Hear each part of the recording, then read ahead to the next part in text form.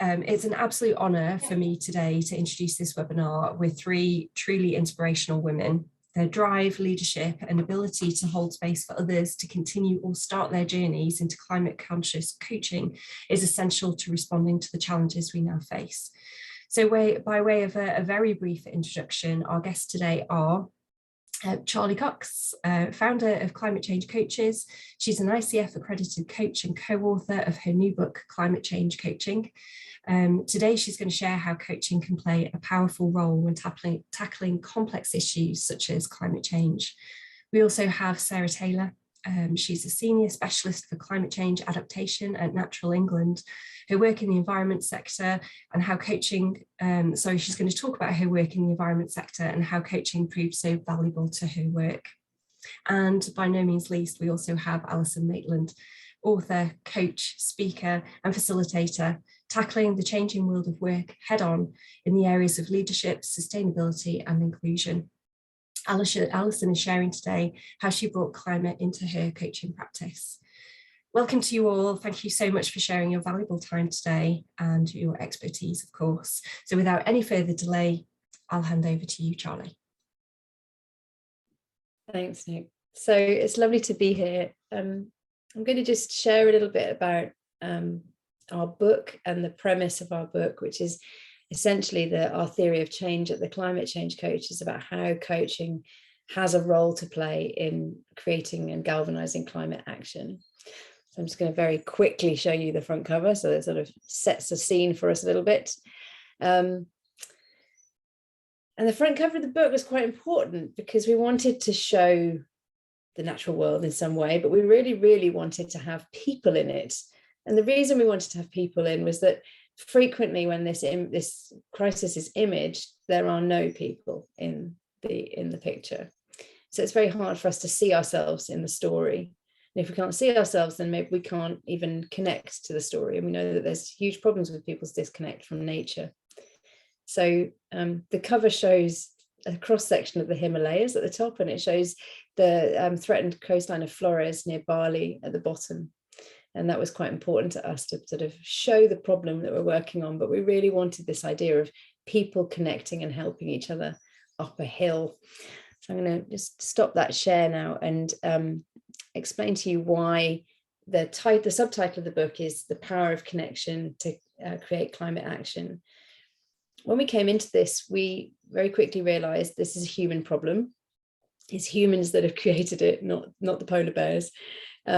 And therefore, if we look at it as a human change problem and a change management problem on an enormous scale, then surely coaches have a lot of the skills required to make the changes happen that need to happen. This is primarily down to behavior, surely. Now, obviously, it's down to huge systems changing. And many of us, all of us, I think, when we think about the changes that need to happen, feel completely powerless. And so do people who are in authority. And you listen to people interviewed about this subject, they often sound threatened, which is another form of powerlessness, or insecure, unsure, or they are asserting rank as a way of reshoring up their sense of self because this feels so destabilizing. And as coaches, we hear below the words and we hear the fear, whatever that fear is being manifested as. We hear it underneath as fear, insecurity, threat, uncertainty. So we can do something about that. So we decided, okay, so we can do something about that at individual level. We can help people move from a place of disempowerment to a place of feeling capable and powerful again when it comes to climate. And we realized quite quickly that we had to scaffold two things. So in traditional coaching, we're often helping people believe in their individual ability to do something. You know, Charly, I've come to you as my coachee and I want you to help me move my career into a climate friendly job. That's what I do a lot of the time in my private practice. Great. So you maybe don't believe you can do it, but you probably wouldn't tell me that you didn't believe that other people can't get new jobs. Because you know other people can get new jobs, but you don't maybe believe you can. And my job will be to help you believe that you can. But when it comes to considering the climate crisis and what we can do about it in a bigger sense, we often begin to scaffold our own self-belief, but then that, can we do it? Will all these other people do it? That then dismantles that belief. So we need to be building agency in this and belief in the system, faith in our communities, faith in our governments and our organizations, not just faith in ourselves and belief in ourselves. And that's where the difference starts to show up. So that's all very well and good when you're working at an individual level, but we didn't want to fall into the bear trap that we were starting to set for ourselves, that it's all about individuals changing and it's all about individuals doing stuff. Because obviously, it's not all about individuals, it's about systems. So how do systems change? And we spent a lot of time thinking about that. And our solution, and it's only one solution to the many solutions that need to be part of this, is that actually when we connect well to each other, we can move together. And when we move together, we can change systems. So if we step back a bit to that connecting well to each other, we notice that when it comes to the climate crisis, we don't always connect well to each other. Sometimes there's blame and angst and guilt. And, sometimes we meet people who just don't talk about it with their friends because it just is too difficult. So they censor themselves. Sometimes we meet people who can't put it down long enough to engage in a relationship because they're so tightly attached to the issue that they become quite aggressive with others. And they admit it to us as coaches. I can't believe what I just said to my best friend, but I just got so triggered. And we've all done it. I've definitely been guilty of doing that too, but of both of them, censoring and being kind of angsty. So if we can own our emotions in relation to this issue, if we can say when we're grieving as much as when we're feeling upbeat and possible, rather than pushing this away into anger and blame or into self-censorship, pushing the feelings down, then we stand a much better chance of engaging and connecting with each other.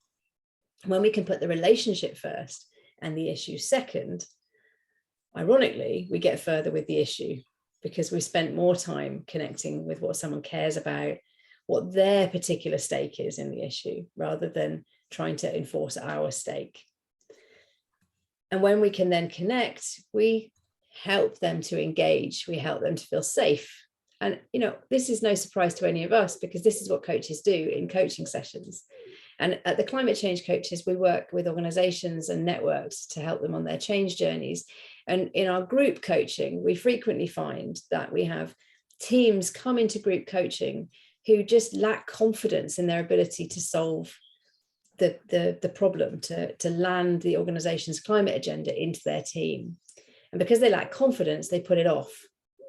And once you create a nice, safe coaching space, they say, I just don't know what to do, or I'm really worried I'm going to upset our existing relationships by telling them that their services aren't good enough for our company anymore. Or I just don't feel clever enough to understand this topic. We hear that a tremendous amount. This is too complicated. This is for the scientists. But actually, all of us have a foothold. All of us have a stake, certainly, but we also all have a foothold. So that's about initial connection, but there's another reason to connect really well, which is we need to go on a journey together. And so it's not just about initially connecting well, but it's also about staying connected. And we see movements splintering all the time because people can't manage their emotions inside the movement, because this is a really hot topic. So how can we then use coaching skills to help movements stay together, to help organizations understand the voices of dissent as a useful voice, not just a pain in the neck when we're trying to get stuff done? Because if we don't take people with us who are dissenting, apart from the fact that that's not great in terms of inclusion, it's also an opportunity to set them up to derail the process or to recruit others to dissent with them. So that's why the strapline to our book is the power of connection to create climate action. And we really believe that coaching has a huge role to play in this space in two different ways. The first is that we can coach, we can use our skills, even if we're at the school gates, even if we're in the supermarket, even if we're in our MP surgery as a constituent, we can use coaching skills to understand where someone's coming from and to connect better with them so that we can invite them to change. But we can also use coaching behaviors of non-judgment and compassion and curiosity and belief that people are good and right. We can use those behaviors all the time, inside and outside of our coaching practices. And so this book was written not only for coaches, it was written for people that need to push a climate agenda in their work, that this is their job, whether they're internal coaches, who we also train, or they're sustainability leads or environmental protection professionals or activists who have an agenda, unlike coaches, and want to help other people get on board with it. So you'll notice if you read the book that it's written as coaches we know, so we hope to put our arms around all of us in this room and put some power in our arms. And we often offer really practical examples in the book of conversations, not between coaches, but between people in an office, or between my favorite couple in the book, Petra and Raheem, and she wants to go vegan and he doesn't, and the kind of arguments they have about it. But we also have a couple of people in a local community activist group, and these are all fictitious, we made them up, but they have fascinating conversations with and without coaching skills to show you how these skills can work. And we also have 40 contributors who bring the book to life by telling us how they've used these skills. And 2 of those amazing contributors are here today. So without further ado, I'd like to hand over to Sarah, because Sarah can really share with you how this has landed in Natural England, who we had the pleasure of working with. And her case study really, I feel, brings to life a lot of how these coaching skills can be useful. So Sarah, can I hand over to you? Yeah, thank you, Charlie. Thank you so much for having me here today. I'm really excited to be here, and I'm sort of just starting out. I still feel like I'm just starting out on my coaching journey, but I've been working in climate change for about 15 years now. And at the moment I work for Natural England, the government advisor on nature conservation, and my job title is Senior Specialist Climate Change Adaptation.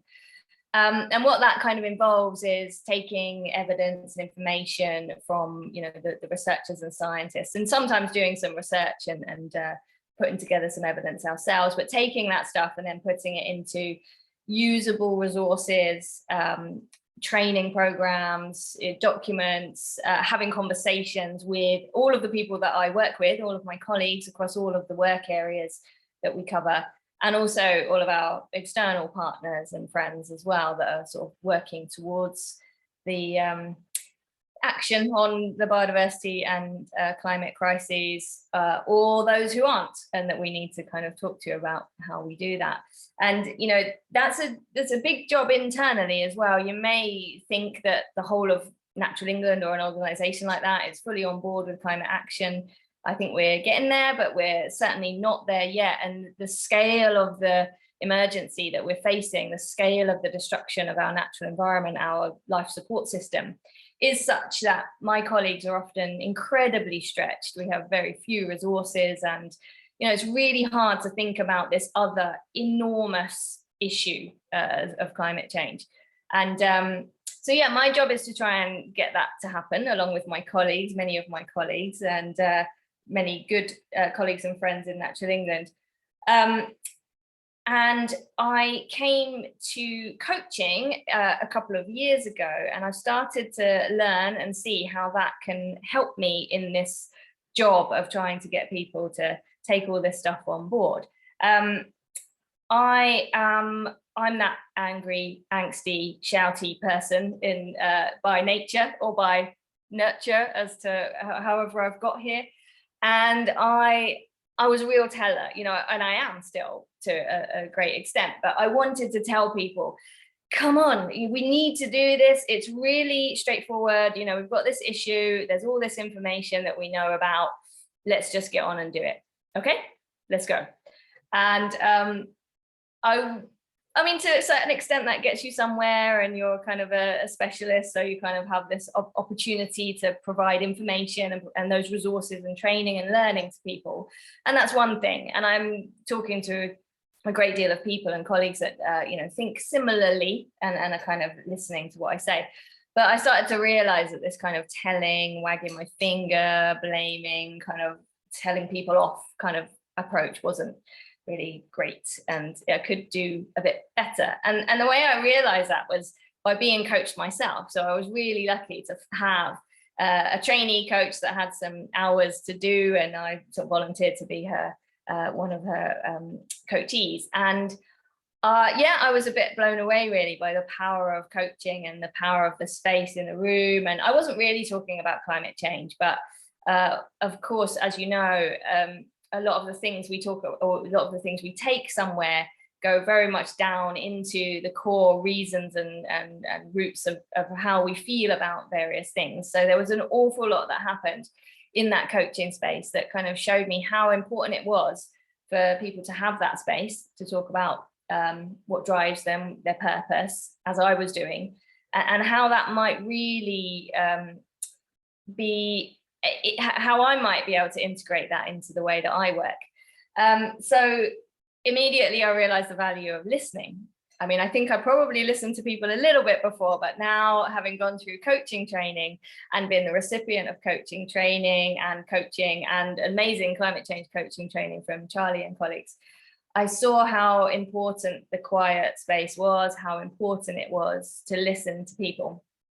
And really know, as you say, really trying to trust in that knowledge that people can find those answers, because I could when I was in the coaching room, and then I could see that it could happen with others. And over time, with the training I've had, I've come to a place in my listening where I don't think I ever thought I would be. And I'm tapping into that curiosity as well, trying to quiet the place where I know everything and need to tell everybody everything, where I can listen and ask questions. And questions are really important. I'm now seeing as well the power of those really clean, really open questions that really draw things out of people. And how that will work, how that works within the climate change world, is that empowerment, that opening up of how people are feeling about this issue, and what it is that it will, them exploring what it is that will take them to the place where they can act on this issue. And I've realized myself that, this kind of approach where I'm just kind of shouting how I feel about everything isn't really that good place for an ally to come from. I'm not a great actor there. I'm a much better actor if I'm connecting and including people and listening and asking those questions and being curious. And that's a huge leap from where I was, I think, just very scared, very worried, very upset about everything, and projecting that outwards. It's really important because my work is now taking me into places of climate and socio-economic environmental justice and inclusion, and making sure that all of the stories that are out there are at the table, the stories that have been excluded in the past. And the nature conservation world is pretty white and fairly male, fairly kind of middle class, and we need really huge changes in regard to our inclusion and thinking about how we engage with other people that don't usually kind of get a seat at the table. And it's really important to think about these kind of listening modes and questioning modes and learning from other people. I mean, I'm a big learner, but I think there's so much that can be learnt just by sitting and listening.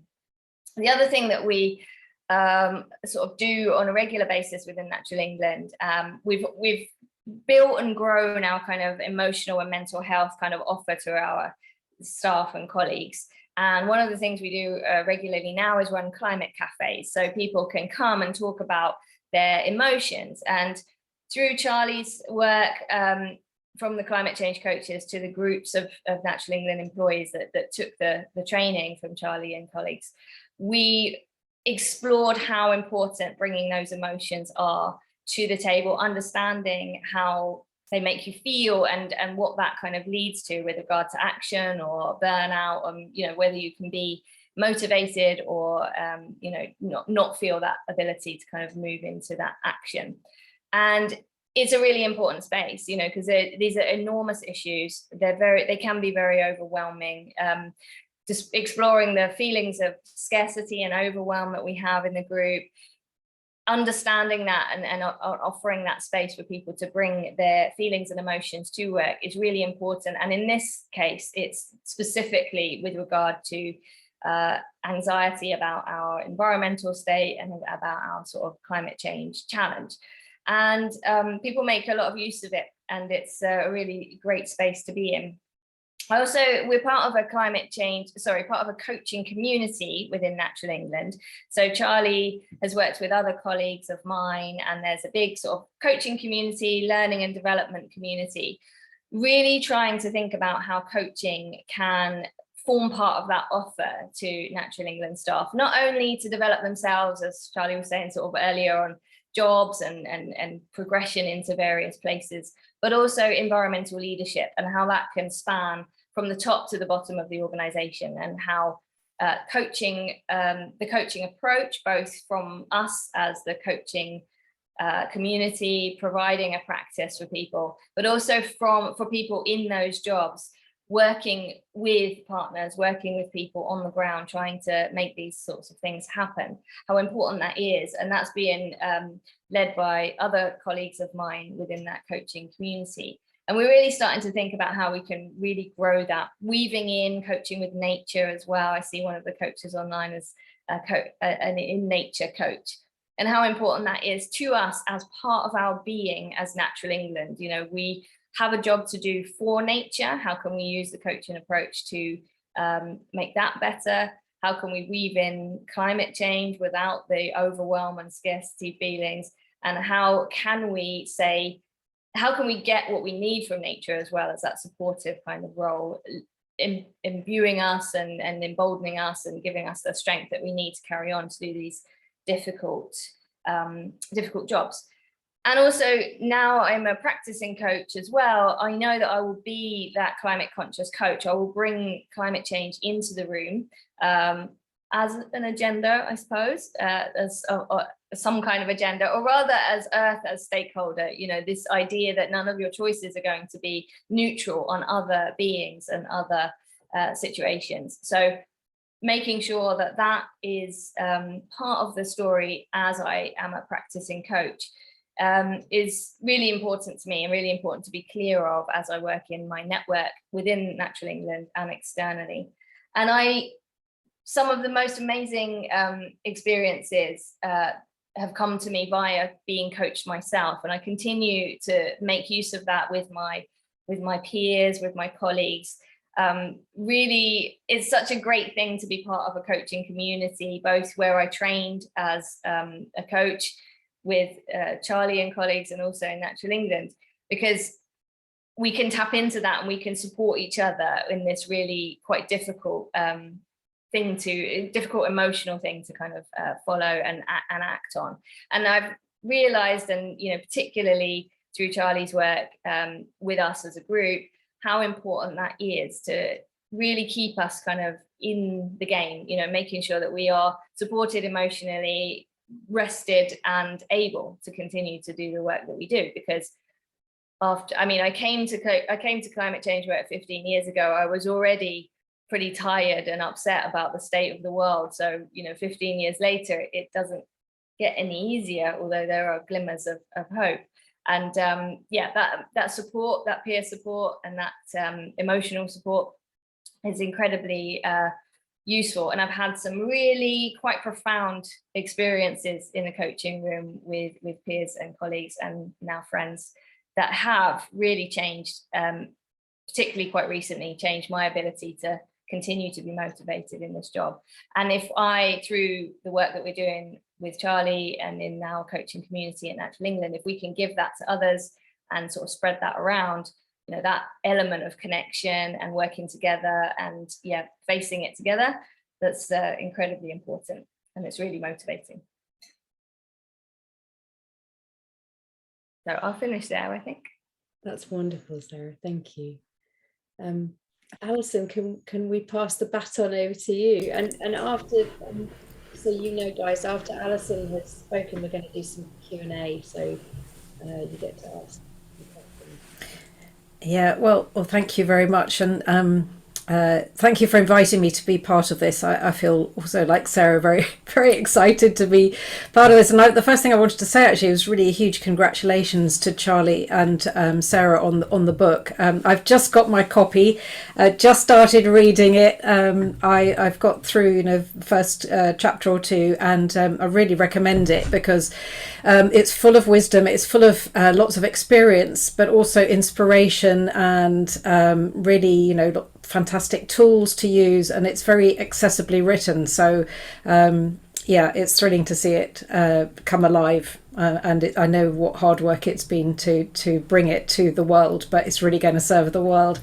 So I'm a coach. I had a long career in international journalism and writing books, and I'm still relatively new to climate coaching. I'm conscious that there are others with a lot more experience, much more sort of deep experience in this area than I have. And I'm still, loving learning from other coaches with that deeper experience. But my purpose today is to talk about how I came into climate coaching, how I brought it into my coaching practice, and also how I overcame some of the doubts that I had about bringing it in. And then also maybe I'll just touch on some ways that I found that coaching really helps, maybe very much resonating with what Charly and Sarah have said.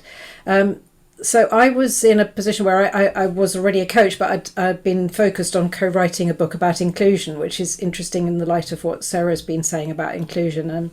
And I was looking to focus more fully on my coaching practice. And I was wondering, in the growing climate crisis, how can I serve more? What is mine to do? And I was conscious also how closely intertwined climate change is with systemic inequities in the world. So I was doing things as an individual, as I'm sure all of you are doing, but that just didn't feel like it was enough. And I was wondering, how could I contribute my skills, not being a climate scientist or a sustainability expert or anything like that.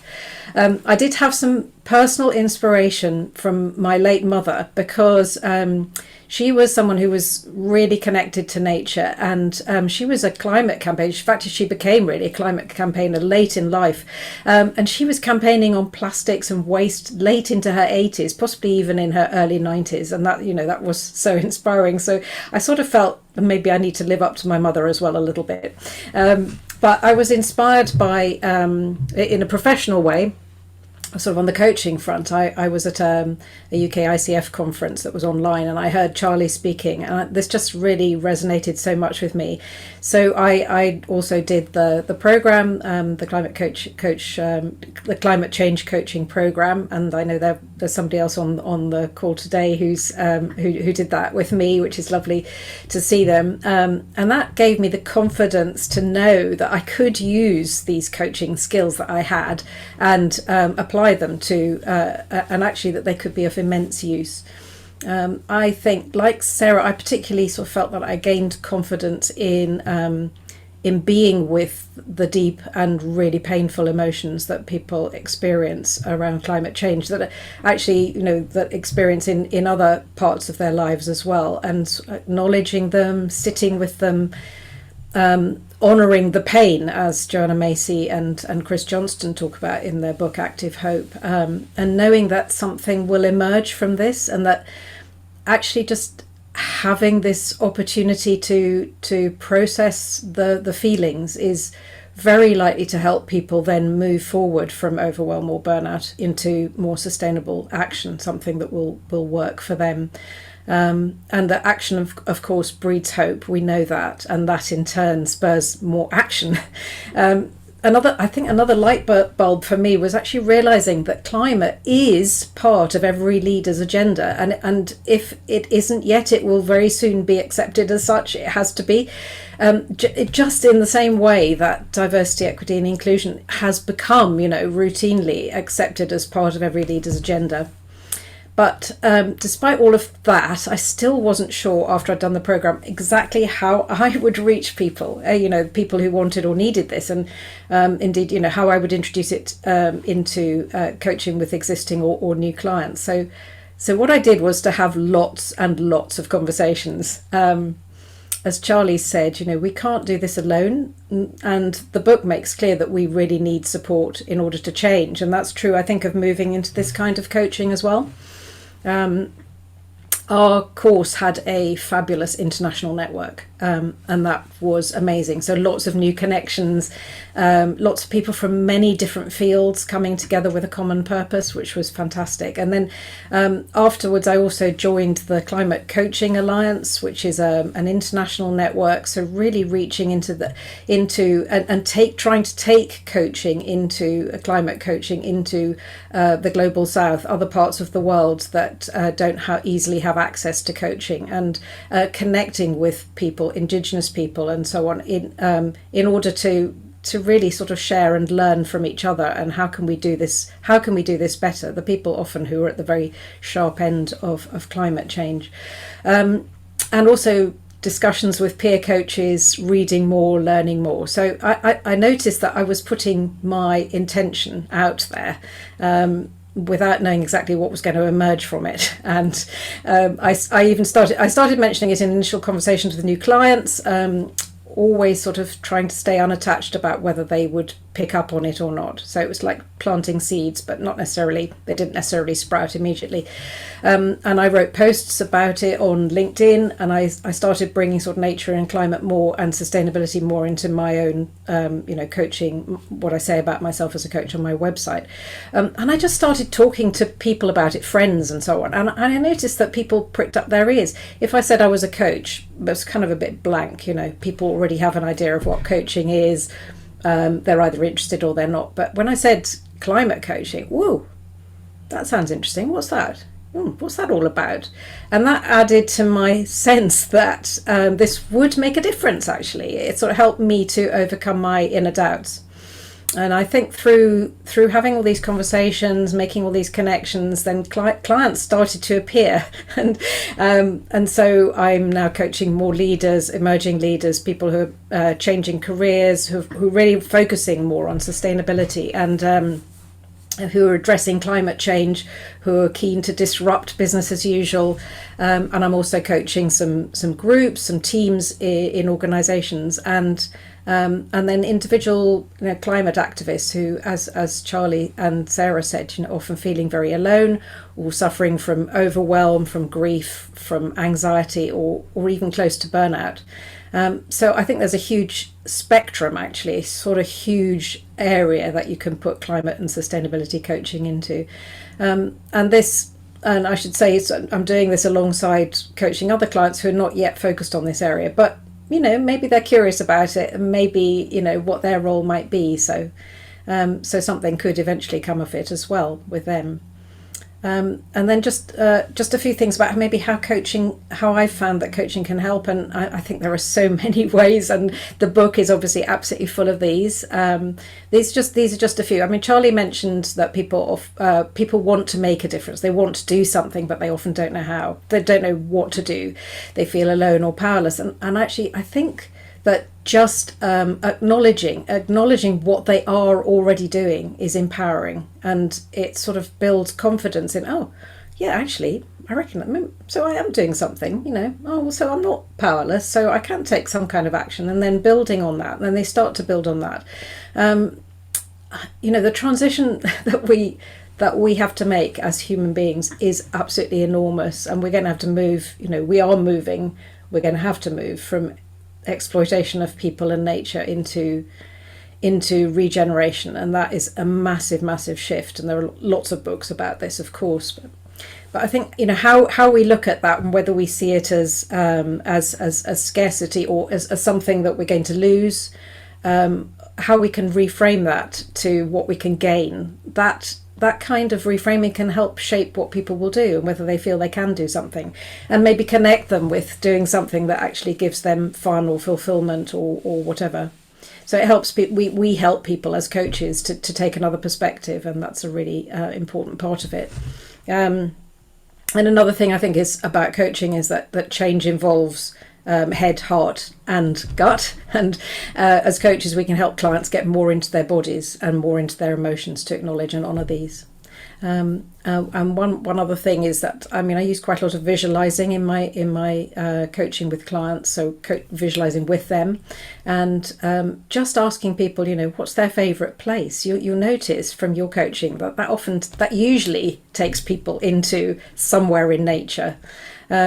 So I was already doing coaching outdoors, noticing that, you know, clients can often breathe, reflect, be inspired more when they're out in nature than sitting in front of a computer. But I hadn't really sort of joined up the dots with how visceral this connection is to the natural world that we have. And when you think about things like Blue Planet, the astonishing response from the public to Blue Planet, in terms of, you know, people saying, oh, we must stop single-use plastics, you know, we must do something, because they saw these beautiful creatures, they saw this beautiful sea, they saw what was happening to creatures. And we have this kind of visceral, really gut deep connection with nature. It's just that we've lost it. In many cases we've lost it, it's gone, and we can get it back. So coaching in nature is now a regular part of my practice. And I just think, you know, we're all curious as coaches, aren't we? So you know, you're very likely to be curious yourself. So just keeping on learning and connecting, and those things that support you in this work is really important, because self-care is also a really big thing, as Sarah mentioned. So I'll stop there.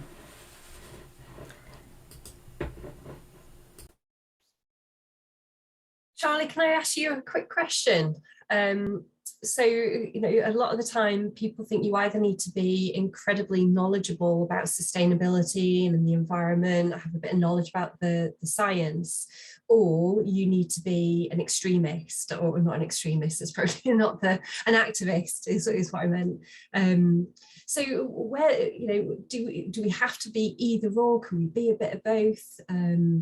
Now, how do we get involved and take action without either being an activist or being incredibly knowledgeable about the subject? Well, I mean, the great thing about an incredibly complicated system level problem is there are millions and billions of solutions, right? So, you know, the difficult thing is it feels overwhelming, but the flip of that, and I think Alison's absolutely right, one of the things I love about this is the ability to be impish and to think what the flip is all the time. And the flip is, it takes everybody to do everything. And in the book, Alison has a case study where she talks through purpose with someone and helps them imagine an idea for what they can do based on their sense of purpose. And I'd say that there's no better example than that. That's what we want to be doing. We want to help people connect to what matters to them.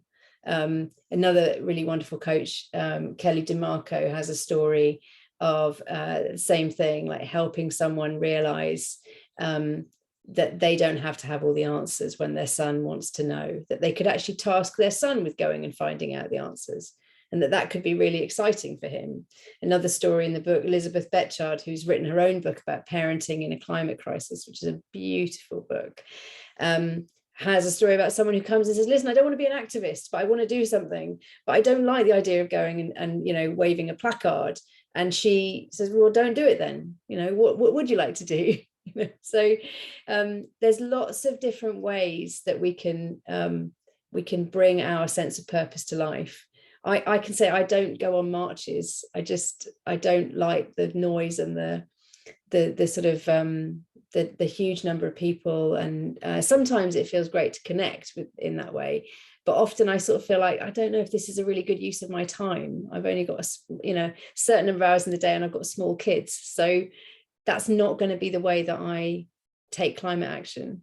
And so once you come to peace with that, you find something else to do. And, you know, all life is lived in the climate crisis now. All jobs are climate jobs to some extent. You know, and we worked with we trained coaches in a bank, and one of them said, you know, I just really like doing work with the homeless.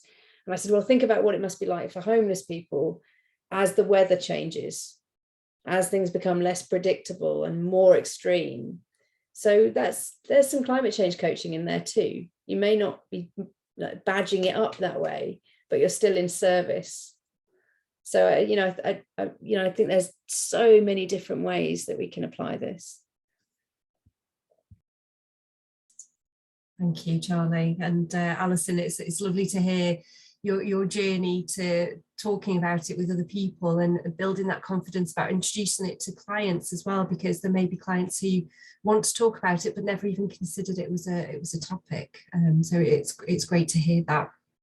I wonder if anyone in the room has got a question. Please do feel free. We do have plenty of time. Just put your hand up, take yourself off mute, go ahead and fire your questions. Virginia, do you want to come off mute? Hello. First of all, thank you so much. I also just got my copy there, so ready to tackle it. I can't wait. So I'm also a relatively new coach. I've been for a couple of years, just finished formally my training, and I want to become a climate change coach. I'm a sustainability professional by trade, so that obviously gives me a little bit of a head start sometimes.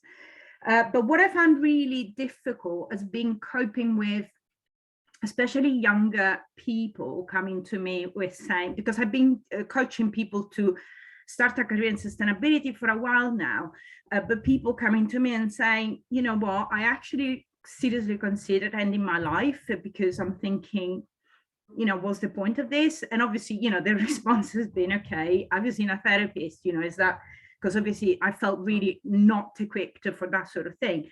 But my worry is that more and more, the more we advance towards, you know, certain events, which again, it might not happen because, yeah, infinite possibilities and the rest of it.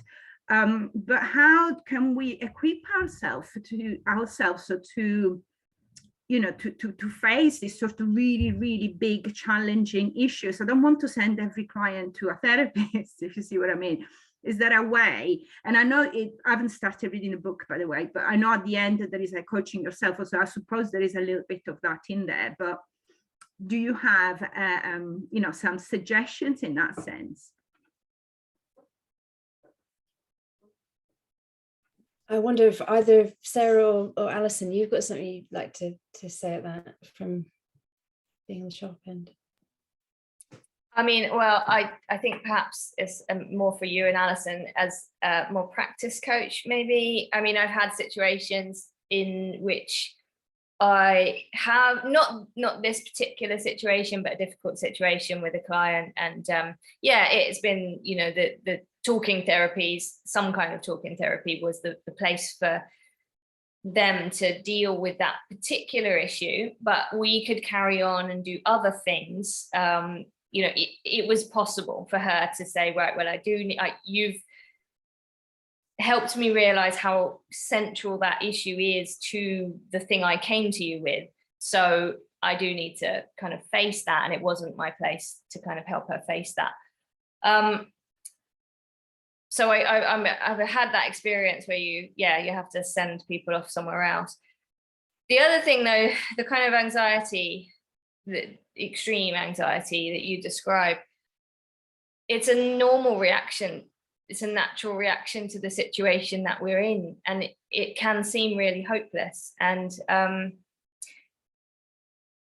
I don't have an answer to that, except for the fact that if it's possible, if you can support yourself, get the support that you need in order to join with people, make connections, and feel part of something larger that is moving it in the right direction. And this, I'm speaking from, you know, personal experience here, not from feeling suicidal, but from feeling like there might not be any point in this. And I do have those days still a lot, but there's been a lot that's kind of buoyed me, and it's always been about making the connections that I'm part of something bigger and not on my own. But you know, the situation is that dire that we are in that place. So these big things are going to come.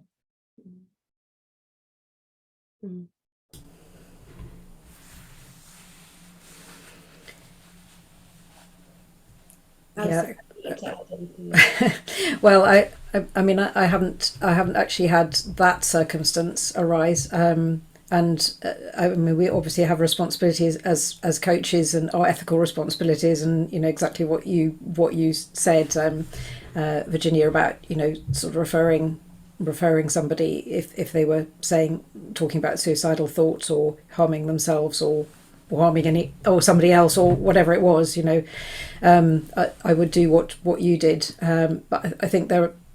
You raised such an important point, and there are lots of coaching psychologists as well who are kind of closely allied with climate coaches, climate coaching psychologists. So there are lots of sources of help. But in terms of, I have coached clients with sort of eco anxiety, and that is very heavy. And I think there's something just about providing the space and for them to speak and to share their grief and to share their anxiety or their feelings, and actually just sitting with them and listening can be an enormous relief just in itself. That can be a sort of starting point for kind of getting back into some kind of balance, because they are not listened to. Maybe they're not being heard, but maybe they do feel alone. All of those things. Yeah, Charlie, what would you add? All of everything you said is and I think if someone is, if they've mentioned suicide, then that's a very obvious, as you've said, both of you, very obvious referral. In the book, we have a piece from Megan Kennedy Woodard, who is one half of climate psychologists, with her husband, who trained with my husband as clinical psychologist, funnily enough. And so she writes about when she refers. So she sometimes has a coach hat on and sometimes has a psychologist hat on. And so if she's working with a coaching client, she talks about what sort of she's looking for that she would refer someone. But I think we also need to recognize that, whether we're inside a coaching session or not, we can listen. I think some of the danger zone is when we start unpacking and we're driving the unpacking. But what we hear from people more is that they're not suicidal, they're not quite at that end, but they are feeling very anxious and they're brushed aside, or they're sort of pushed away because it feels very difficult to be with for other people. And that's more damaging than someone who says, do you want to just talk about it? And then who doesn't say anything and just lets them talk. And so I think we can remember that we do hold that space as coaches, as Alison said. And then the other thing is that perspective piece, recognizing that we're taking a slice of the world view when we see the despair view. And believe me, when I woke up to the news from America and Roe versus Wade, I went straight into the despair view about global politics. And then I stood back and I asked myself, what other views are available to me? And I went to the school Fate for a couple of schools over from me. And I remembered that there are lots of really great people doing stuff for their community. And that view was it gave me a very different mindset to this view. And so we can help people without rushing them. We can help people to recognize the mindset they're taking. The reason I say that is I had a client who, funny enough, is in the book because she's just brilliant. And she said to me, she came into a session and she said, I opened up Active Hope by Joanna Macy and Chris Johnston. And it said, and it's very out of date now, I imagine, it said there are, 5 million organizations around the world working on climate. And I thought, oh, I'm not alone. Exactly to your point, Sarah. And it gave her a different slice of the world to look at. So one of the things I say to people is, we know the house is on fire. Why are you still reading the fire reports? Some of us get really addicted to reading and consuming really bad news. And I notice when I do that, it's not good for me. So there's sort of, there are ways of helping people. But I think one of the first things to do, as everyone said, is to get in the hole with people and just listen when they're in that place. Thank you, everybody. Does anybody else have any questions?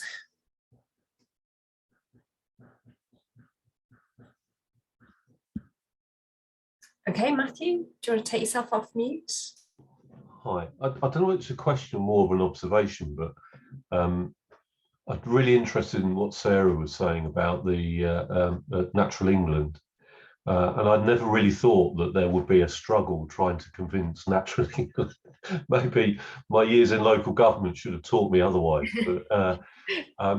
But it then started me thinking about that sort of national layer and politicians and local politicians as well, which you must come across at various times, or your colleagues do. And I'm just wondering whether a message around listening and climate change for politicians is probably that'll be pretty radical for them, it feels like. So I didn't know whether you had any experience of that sort of engagement with politicians and using coaching skills with them, whether that was had been used at all. Well, maybe Charlie has some experience with coaching politicians. I don't know, or Alison. I mean, in my job, I come across people at that level occasionally, or more at arm's length, really, but some of my colleagues do. I must say that I sort of do tend to focus my efforts and my connections to, the people that I feel are doing the real work, on the ground, the kind of bulk of us down here kind of getting stuck in. But yeah, it's really important, and colleagues have recognized that the piece about environmental leadership that I mentioned earlier, and the focus on that from my learning and development and coaching community colleagues, from top to bottom, that is something that we need to change as part of our culture, and using coaching in nature and sort of looking at problems in different ways, as Charlie sort of suggested.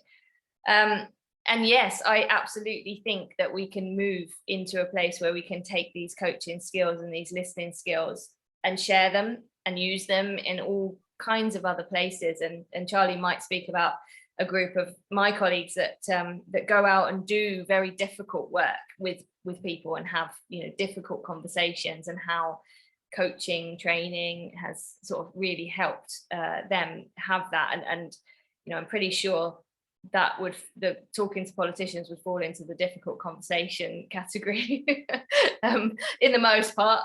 Some of them not so much, but in the most part. But yeah, it's a really difficult situation. But what Charlie said before about climate change being everyone's job, that's our message to my colleagues. We have a climate change team in Natural England, and that can give the impression that we're dealing with it. So, over here, someone else is doing something else. They're doing planning or farming or, nature reserves and sites and things like that. And it has been difficult, and especially with cuts that come from politicians over many years that really have, drained us down and shrunk the resources to do this. Growing again now, which is good. But it's really difficult to get that message out across to everybody, that it is your job, my job, all of our jobs. And that really is, a key message, because across the board in Natural England and all the way out, it's part of our jobs. So yeah, I agree. It's something to aim for. I'm just going to put a link in there. I always forget to do this, but we can give you 20% off the book, or the publisher can, if you use that link, before everyone goes. There's a great story that, if I've got time to read it, I'll read it to you from the book that somebody wrote for us about politicians. I'll see if we've got time. But everybody has a stake, and it might not be obvious. So I'll give you a story which I do not come off well. So my builder was building a kitchen extension, and I made my builder tea with loose tea in this little ball thing. It was before I discovered tea bags that didn't have plastic in them. And he said, "What the hell are you doing?" And I said, "Well, you see, tea bags have plastic in them, and I'm trying to avoid plastic." And he said, "That is just daft. It's just completely daft." And I thought, there's me, talking about climate change and people and connecting, and I've completely screwed up with the builder. So the next day I said to him, "Look, Stuart, you love fishing. You tell me endlessly how often you spend, fishing one day of every weekend. Surely you're worried about plastic in the rivers." And he said, "Oh yeah. And he said, "Don't get me started on building waste. Look out there, all those bags of cement that used to be in paper. Now it's in plastic. It absolutely incenses me." But I think that tea bags is just a sideshow. So he had a value around proportionality or something like that. And I was just jabbing at it, you know, and triggering it. It's like, oh, what a complete waste of time. But he did have a reason to care. And I've heard that fishing story from someone in Australia on a webinar who said that their climate denying cousin also had a moment of like, oh, I guess it's climate change, when he asked him about fishing. So everybody has somewhere that they care. And yet they may push back when you tell them about why you care. And you may need to find their sweet spot of caring. And we know this from Catherine Hayhoe's talks about left and right of politics. You know, so I'm not going to get a chance to read you the story, but Virginia, it's early on in the book. I can't find the page, but it's Jill Bruce. Jill Bruce is one of the most inspiring women I've ever met. She's in her 70s, though she doesn't look like she's in her 70s. She is a climate ambassador for the Women's Institute in Essex, which is a voluntary organisation of women across the country. And they have quite a lot of climate ambassadors. They've been working on climate for decades. My mum was in the WI working on climate.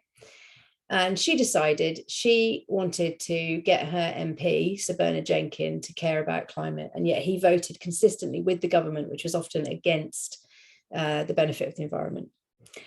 So she very cleverly invited him to chair an event that she would run every year on climate. She didn't know anything about climate change particularly, but you'll read in the book, she said, you know, we have to do something. Our generation has unwittingly, you know, made this mess. We've got to do something about it, which is incredibly inspiring. She could be retiring and just having a nice time, but instead she's learning about climate change and she's trying to flip an MP.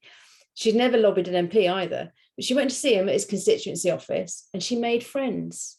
And she says in her story, I never attacked, I never, you know, blamed. She played a long game.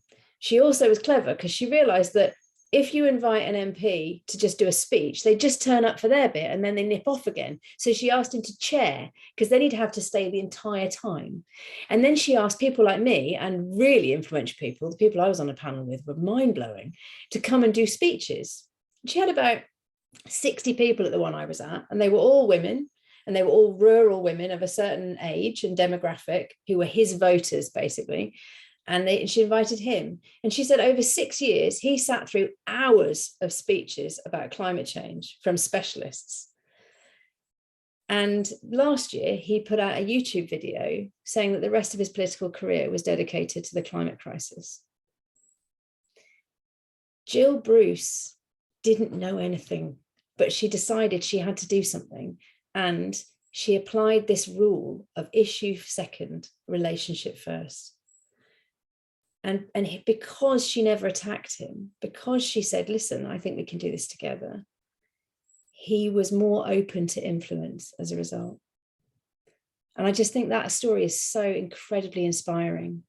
You know, we can all do this. We just think we can't, but actually we really can. So I think we should probably end on that note. Hand over to you, Nick. Thank you ever so much. That's a really lovely story to finish on. I want to express my deep gratitude to you, Charly, Alison and Sarah for giving up your really valuable time. Thank you so much for being here today. I don't know about all of you, but I definitely feel uplifted. I feel optimistic about the power of coaching and about the power of collective action here as well, that we can all participate in. Thank you ever so much, everybody. That is all.